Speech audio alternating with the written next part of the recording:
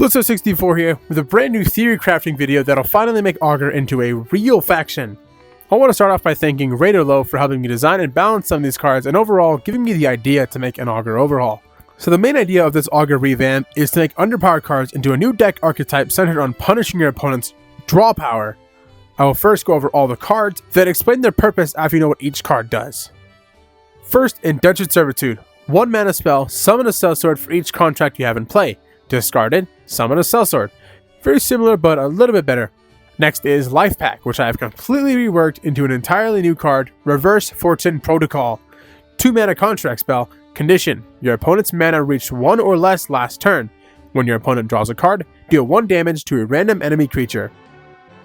Next, it's Merchant's Guard, another complete overhaul and part of the major win condition for this deck. 4 mana Taunt Underling with 2 attack and 2 HP. When your opponent draws a card, deal 1 direct damage.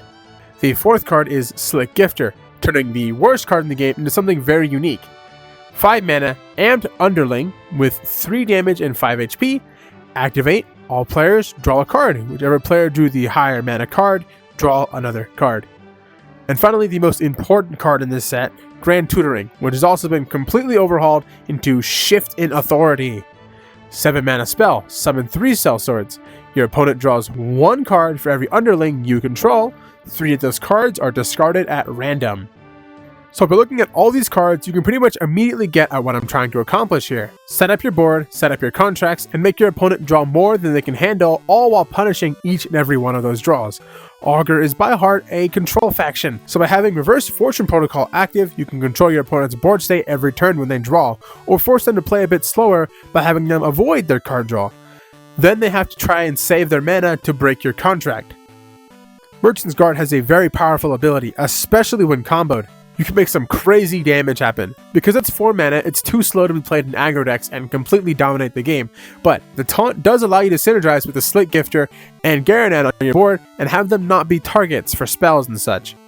Dealing 1 damage each turn is a really powerful effect that will really add up when you make your opponent draw into multiple cards per turn. Slick Gifter is a sneaky one.